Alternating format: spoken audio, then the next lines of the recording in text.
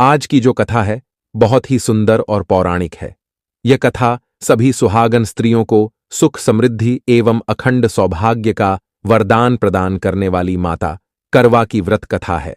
प्रिय माताओं बहनों, यह कथा भगवान शिवजी ने माता पार्वती को सुनाई थी। तो चलिए आपका ज्यादा समय नष्ट न करते हुए कथा प्रारंभ करते हैं। मित्रों, एक दिन भगवान शिवजी कैलाश पर्वत पर बैठे हुए थे। तभी उनके पास आदिशक्ति माता पार्वती आती है और उन्हें प्रणाम करते हुए कहती हैं, हे जगत के नाथ, कृपया आज आप मुझे करवा चौथ व्रत कथा सुनाइए और यह भी बताए कि इस व्रत को कौन सी स्त्रियां नहीं रख सकती हैं। माता पार्वती की यह बात सुनकर भगवान शिवजी मुस्कुराते हुए कहते हैं, हे देवी, प्राचीन काल में सदनीरा नाम की एक नदी बहती थी। उस नदी के पास पालमपुर नाम का एक अत्यंत ही सुंदर राज्य था। उसी राज्य में एक धनवान सेठ रहता था। उस धनवान सेठ के 7 बेटे और एक बेटी थी। बेटी का नाम आंचल था। फिर एक दिन सेठ ने अपने सभी बेटों को अपने पास बुलाया और कहा, बेटा, अब आंचल बड़ी हो गई है, अब इसका विवाह कर देना चाहिए। फिर उन 7 भाइयों में सबसे बड़े भाई ने कहा, पिताजी, क्या आपने आंचल के लिए कोई अच्छा सा वर ढूंढ रखा है? अपने पुत्र की यह बात सुनकर सेठ ने कहा, बेटा, पड़ोसी राज्य में हमारे एक मित्र रहते हैं। उनका एक बहुत ही सुंदर और योग्य लड़का है। तुम उनके पास अपनी बहन के विवाह का प्रस्ताव लेकर जाओ। फिर उनमें से 2 भाई अपनी बहन के विवाह का प्रस्ताव लेकर पड़ोसी राज्य में अपने पिता के मित्र के पास जाते हैं और उनके पुत्र के साथ अपनी बहन आंचल का विवाह तय कर देते हैं और विवाह की निर्धारित तिथि को अपनी इकलौती बहन का विवाह कर देते हैं। उसके बाद एक दिन आंचल अपने मायके अपने भाइयों से मिलने आती है। मित्रों, उस दिन सेठ की सभी बहुओं ने और सेठ की बेटी आंचल ने चौथ का व्रत रखा हुआ था। जब शाम को सेठ के सभी बेटे भोजन के लिए बैठे तो उन्होंने अपनी बहन को भोजन करने के लिए कहा। भाइयों के भोजन करने के लिए बुलाने पर आंचल ने अपने भाइयों से कहा, भैया, आज मेरा व्रत है, आप सभी भोजन कीजिए। मैं भगवान रजनीश अर्थात चंद्रदेव को अर्घ्य देकर व्रत पूरा करके ही भोजन करूंगी। अपनी बहन आंचल के यह कहने पर भाइयों को बहुत दुख हुआ और वह सोचने लगे, बहन सुबह से भूखी है और अभी चंद्रदेव भी प्रकट नहीं हुए। फिर सभी भाइयों ने एक योजना बनाई और छोटे भाई को एक मशाल देकर कहा कि जाओ और दूर किसी पेड़ पर चढ़कर यह मशाल जला देना और उसके आगे एक छलनी लगा देना। यह सब योजना उस सेठ की बहुएं चुपचाप सुन रही थीं। फिर योजना अनुसार सबसे छोटा भाई ने नगर से दूर जाकर एक ऊंचे से पेड़ पर चढ़कर मशाल में अग्नि लगा दिया और उसके आगे गोल छलनी लगा दिया। यह देखकर आंचल के भाई उसके पास आए और कहा, बहन, चंद्रमा निकल आया है, अब तुम भगवान चंद्रदेव को अर्घ्य देकर हम सबके साथ भोजन करो। मित्रों, चंद्रमा को देखकर आंचल ने अपनी सभी भाभियों से कहा, भाभी देखो, चंद्रदेव बाहर निकल आए हैं, अब आप लोग भी अर्घ्य देकर व्रत पूरा कीजिए। अपनी ननद की यह बात सुनकर सेठ की सभी बहुएं हंसने लगीं, क्योंकि उन्हें तो पहले से ही पता था कि अभी चांद नहीं निकला है। वह तो उसके भाइयों की एक चाल है। फिर उसकी भाभियों ने उसे समझाया कि वो चंद्रमा नहीं है, किंतु आंचल को उनकी बातों पर यकीन नहीं हुआ और वह उसी मशाल को चंद्रमा समझकर पूजा करने लगी और अर्घ्य देने लगी और अपना व्रत पूरा किया। उसके बाद अपने भाइयों के साथ भोजन करने बैठ गई। तभी उसकी ससुराल से एक व्यक्ति भागते हुए आता है और आंचल को बताता है कि उसके पति की तबीयत बहुत खराब है, वह ज्यादा समय तक जीवित नहीं रह सकते हैं। मित्रों, जैसे ही आंचल ने यह बात उस व्यक्ति के मुख से सुनी, वह तुरंत अपने ससुराल के लिए चल देती है। उसके पीछे पीछे उसके भाई और उसकी सभी भाभियां भी उसकी ससुराल पहुंच जाती हैं। इसके बाद उसकी भाभी उसे सच्चाई बताती हैं कि उसके साथ ऐसा इसलिए हुआ क्योंकि उसने करवा चौथ का व्रत तोड़ दिया था। मित्रों, सच्चाई जानने के बाद आंचल यह प्रतिज्ञा करती है कि कुछ भी हो जाए, मैं अपने पति को कुछ नहीं होने दूंगी। परंतु दुर्भाग्यवश कुछ दिनों बाद उसके पति की मृत्यु हो जाती है। पति की मृत्यु के दुख को वह सहन नहीं कर पाती है और वह मूर्छित होकर वहीं पर गिर जाती है। जब उसे होश आया तो वह चीखते हुए बोली, मैं अपने पति का अंतिम संस्कार नहीं होने दूंगी, मैं अपने पति से दूर नहीं रह सकती, मैं अपने पतिव्रता और सतीत्व की शक्ति से अपने पति के प्राणों को वापस लाऊंगी। मित्रों, आंचल की इन बातों को सुनकर सब उसे बहुत समझाते हैं, किंतु वह नहीं मानती है। आगे की कथा सुनाते हुए भगवान शिव जी कहते हैं, हे देवी पार्वती, आंचल की जिद के आगे सबको हारना पड़ा और सभी लोग वापस घर चले जाते हैं और उधर आंचल अपने मृत पति को लेकर दूर कहीं एक झोपड़ी में रहने लगती है और अपने पति को जीवित करने के लिए भगवान की पूजा व्रत आदि करने लगती है। 1 साल बीत जाता है। आंचल उसी दिन का इंतजार करती है जब उसने अपने मायके में चतुर्थी का व्रत तोड़ा था।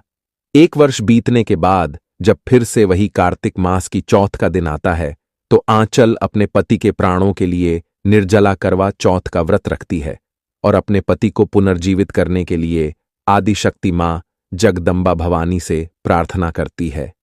हे चौथ माता, मेरे पति के प्राणों को वापस लौटा दीजिए। मैं उसके बिना जीवित नहीं रह सकती। यदि आप मुझे मेरा सुहाग वापस नहीं लौटाएगी तो मैं यहीं पे अपना सिर पटक पटक कर अपनी जान दे दूंगी। जब आंचल का चौथ व्रत पूरा होने को रहता है तो उसके व्रत से आदिशक्ति मां जगदम्बा भवानी प्रसन्न हो जाती हैं और कहती है, हे पुत्री, मैं तुम्हारी भक्ति और व्रत से अत्यंत प्रसन्न हूं। यदि तुम अपने पति को वापस पाना चाहती हो तो तुम्हें पूजा पूर्ण करने के बाद करवा में रखा हुआ थोड़ा सा जल अपने पति के मुंह में डालना होगा। ऐसा करने से तुम्हारा पति फिर से जीवित हो जाएगा। इतना कहकर माता जगदम्बा अंतर्ध्यान हो जाती हैं। उसके बाद आंचल पूजा पूर्ण करने के बाद करवा का पानी अपने पति के मुंह में डालती है और उसका पति फिर से जीवित हो जाता है। इस तरह दोबारा से उसका पति उसे वापस मिल जाता है। फिर आंचल मां गौरी से प्रार्थना करती है कि हे मां गौरी, जिस प्रकार आज आपने मेरे सुहाग की रक्षा की है और मुझे फिर से सुहागन बनाया, ठीक उसी प्रकार संसार की सभी पतिव्रता स्त्रियों के सुहाग की रक्षा करना और उन्हें सदा सुहागन का वरदान देना। आगे भगवान शिव जी कहते हैं, हे देवी, इस प्रकार से यह कथा समाप्त हुई। फिर माता पार्वती कहती हैं, हे नाथ, आपने यह तो बताया ही नहीं कि कौन सी स्त्रियों को यह व्रत नहीं रखना चाहिए। माता पार्वती की यह बात सुनकर भगवान शिव जी कहते हैं, हे देवी, अब मैं तुम्हें एक और कथा सुनाने जा रहा हूं। उसके बाद मैं तुम्हारे इस प्रश्न का उत्तर दूंगा। भगवान शिव जी कथा सुनाते हुए कहते हैं, हे देवी पार्वती, देवपुर राज्य में एक सुंदर नगर था। उस नगर में एक धनवान व्यापारी रहता था। कुछ समय बाद उसके घर वालों ने उसका विवाह रूपल नाम की एक सुंदर लड़की के साथ कर दिया। वे दोनों एक दूसरे से बहुत प्रेम करते थे। एक दिन व्यापारी किसी काम से दूसरे राज्य को जा रहा था। दोपहर से शाम होने लगती है। तभी अचानक से उसे बहुत जोर से प्यास लग जाती है। प्यास के मारे उसका गला सूखा जा रहा था। वह अपनी प्यास बुझाने के लिए पास के घर में जाता है और घर का दरवाजा खटखटाने लगता है। दरवाजा खटखटाने की आवाज सुनकर उस घर से एक अत्यंत ही सुंदर और रूपवान स्त्री बाहर निकलती है। फिर वह व्यापारी उस सुंदर स्त्री से कहता है, हे सुंदरी, मैं इसलिए दरवाजे को खटखटा रहा था क्योंकि अभी रात हो गई है और मुझे रात में बहुत डर लगता है। इसलिए क्या मैं आज की रात आपके घर में ठहर सकता हूं? उस व्यापारी की यह बात सुनकर वह सुंदर स्त्री अपने मन में सोचने लगती है कि मुझे इस आदमी को इतनी रात के समय घर में नहीं आने देना चाहिए। मेरे बारे में लोग क्या सोचेंगे? लेकिन यह आदमी मुझे देखने में शरीफ लग रहा है। अपने मन में इतना सोचकर वह स्त्री उस व्यापारी से कहती है, ठीक है, तुम आज की रात मेरे घर में ठहर सकते हो, लेकिन तुम्हें सुबह नगर के लोगों के उठने से पहले ही उठकर चले जाना है। फिर वह व्यापारी उस सुंदर स्त्री की बात मान लेता है। उसके बाद वह व्यापारी उस सुंदर स्त्री के घर के अंदर जाता है। एक कमरे में जाकर चारपाई पर सो जाता है। फिर सुबह जल्दी उठकर वह उस सुंदर स्त्री के घर से बाहर निकल जाता है। लेकिन उस व्यापारी को घर से बाहर निकलते हुए एक स्त्री देख लेती है और दुर्भाग्य से वह स्त्री उस व्यापारी की मौसी थी। उस व्यापारी की मौसी उस सुंदर स्त्री के पास आती है और उस स्त्री से पूछते हुए कहती है कि वह आदमी कौन था और तुम्हारे घर में इतनी सुबह क्या कर रहा था। तब वह स्त्री उस व्यापारी की मौसी को पूरी बात बता देती है। उसकी बात सुनकर व्यापारी की मौसी उसके घर से चली जाती है, लेकिन उन्हें उस सुंदर स्त्री की बात पर बिल्कुल भी भरोसा नहीं था। इसलिए वह सीधा उस व्यापारी के घर पर पहुंच जाती हैं और उस व्यापारी की पत्नी को पूरी बात बता देती हैं।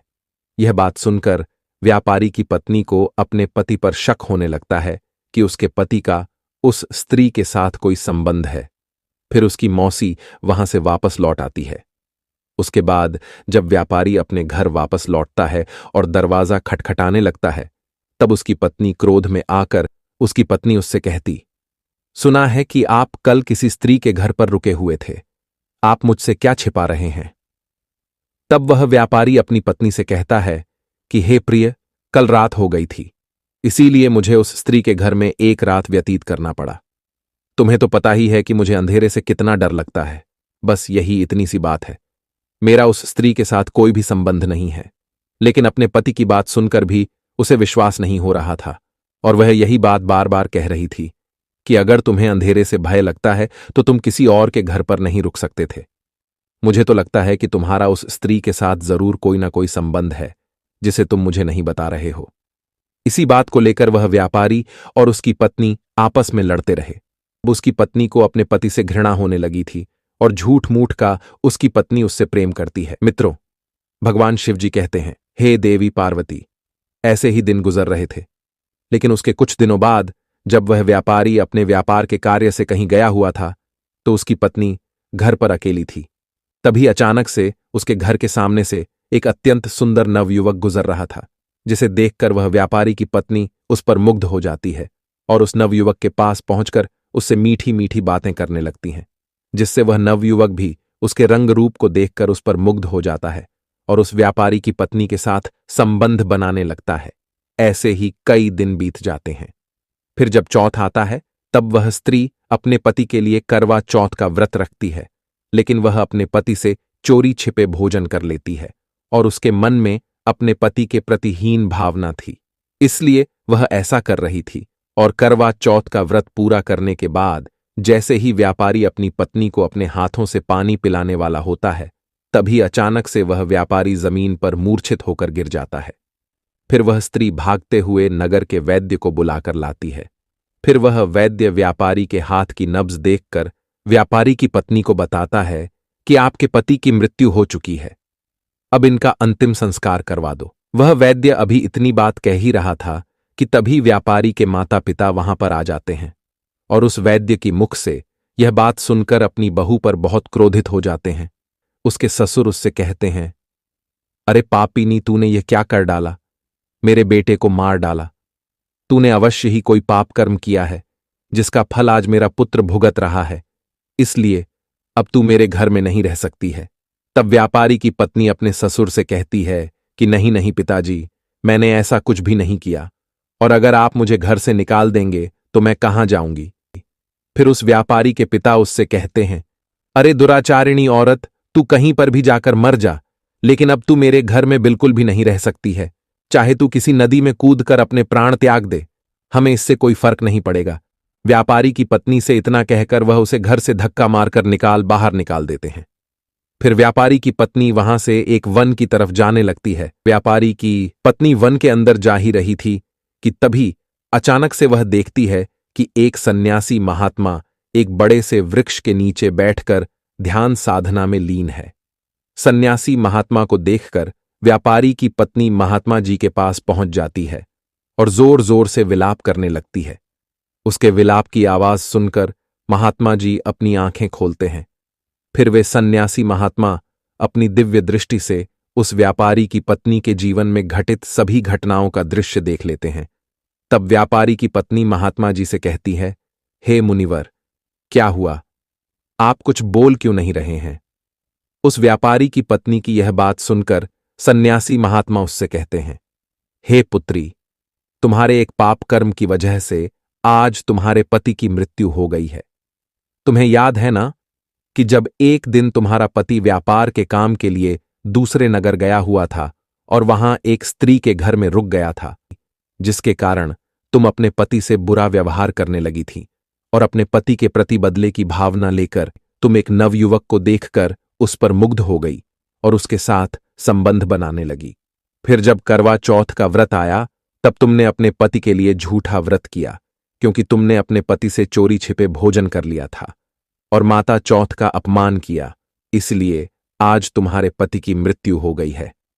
यह बात सुनकर व्यापारी की पत्नी महात्मा जी से कहती है कि हे मुनिवर, मुझे अपनी भूल पर बहुत दुख है। मुझे अपने पति पर इस तरह से शक नहीं करना चाहिए था, लेकिन आप कहना क्या चाहते हैं? आप मुझे विस्तार से बताइए कि वे कौन सी स्त्रियां होती हैं जिन्हें भूलकर भी करवा चौथ का व्रत नहीं रखना चाहिए। तब वे सन्यासी महात्मा व्यापारी की पत्नी से कहते हैं, तो सुनो, शास्त्रों के अनुसार करवा चौथ का व्रत पति और पत्नी के आपसी प्रेम और विश्वास को मजबूत बनाने वाला पवित्र व्रत होता है। अगर किसी पति पत्नी के बीच में लंबे समय से झगड़ा, मतभेद या तनाव का माहौल है, या काफी समय से दोनों एक दूसरे से दूर रहते हैं, तो ऐसी स्त्रियों को इस व्रत का पालन नहीं करना चाहिए, क्योंकि ऐसे तनाव भरे माहौल में मन में पति के प्रति बुरे विचार आते रहते हैं, और ऐसे क्रोधी मन से करवा चौथ का व्रत रखने से इस व्रत का खंडन होता है और माता गौरी का अपमान होता है, क्रोधित हो जाती है, जिसका परिणाम स्वरूप दोनों को ही मुश्किलों का सामना करना पड़ सकता है और दोनों के रिश्ते में दरार भी पड़ सकती है। इसलिए इस व्रत को रखने से पहले अपने मन से क्रोध को त्याग देना चाहिए, अपने रिश्तों को समझ लेना चाहिए और आपस में हो रहे क्लेश को दूर करके ही इस व्रत को रखना चाहिए, और अविवाहित स्त्री को भूल से भी इस पवित्र व्रत को नहीं रखना चाहिए। आज के कलयुग में स्त्री और पुरुष बिना विवाह के ही एक साथ रहने लगे हैं। साथ ही साथ कुछ पति पत्नी विवाह में 7 फेरे भी नहीं लेते हैं, लेकिन शास्त्रों में बिना 7 फेरे के विवाह को शुभ नहीं माना जाता है। ऐसे में बिना 7 फेरे लिए और बिना विवाह के किसी पुरुष के साथ रहने वाली स्त्रियों को इस व्रत को नहीं रखना चाहिए। यदि वह ऐसा करती हैं तो उन्हें जीवन भर दुखों का सामना करना पड़ता है। आगे सन्यासी महात्मा कहते हैं, धर्मशास्त्रों के अनुसार अगर कोई स्त्री अपने पति के होते हुए भी किसी अन्य पुरुष के साथ अनैतिक संबंध स्थापित करती है और पराये पुरुष के प्रति मन में कोई भावना रखती है, तो ऐसी स्त्री को भूलवश भी करवा चौथ का व्रत नहीं रखना चाहिए, क्योंकि करवा चौथ का व्रत केवल पतिव्रता स्त्रियों के लिए होता है। लेकिन अगर कोई चरित्रहीन स्त्री करवा चौथ का व्रत रखती है तो उसे चौथ माता के क्रोध का भी सामना करना पड़ता है, जैसा कि तुम्हारे साथ हुआ है, क्योंकि करवा चौथ का व्रत पति के प्रति समर्पण की भावना को दर्शाता है। आपके पति की छवि को चंद्रमा में देखने का अर्थ यह होता है कि आपके मन में पति की मूरत बसती है। लेकिन अगर किसी स्त्री के मन में पति के अलावा कोई अन्य पुरुष है तो ऐसी स्त्री को यह व्रत भूलकर भी नहीं रखना चाहिए। इस व्रत को सुहागन स्त्रियां ही रख सकती हैं। कुंवारी कन्याएं करवा चौथ का व्रत नहीं रख सकती। यदि वह ऐसा करती हैं तो उन्हें इसका दुष्परिणाम भुगतना पड़ता है। और आगे सन्यासी महात्मा कहते हैं, हे पुत्री, एक रजस्वला स्त्री को यह व्रत नहीं रखना चाहिए। यदि वह पतिव्रता स्त्री है तो रख सकती हैं, किंतु उसे चौथ माता की पूजा नहीं करनी होगी। वह दूर से ही उन्हें प्रणाम कर ले, क्योंकि मासिक धर्म के समय स्त्रियां अपवित्र होती हैं, इसलिए उन्हें पूजा करने की मनाही है। इतना कहकर वह सन्यासी महात्मा अंतर्ध्यान हो जाते हैं। फिर भगवान शिव जी माता पार्वती से कहते हैं, हे देवी, इस कथा के माध्यम से आपको पता चल ही गया है कि कौन सी स्त्रियों को इस पवित्र व्रत को नहीं रखना चाहिए। प्रिय मित्रों, इस प्रकार से आज की यह कथा समाप्त हुई। एक बार सच्ची श्रद्धा से कमेंट बॉक्स में जय गौरी माता, जय चौथ माता अवश्य लिखें।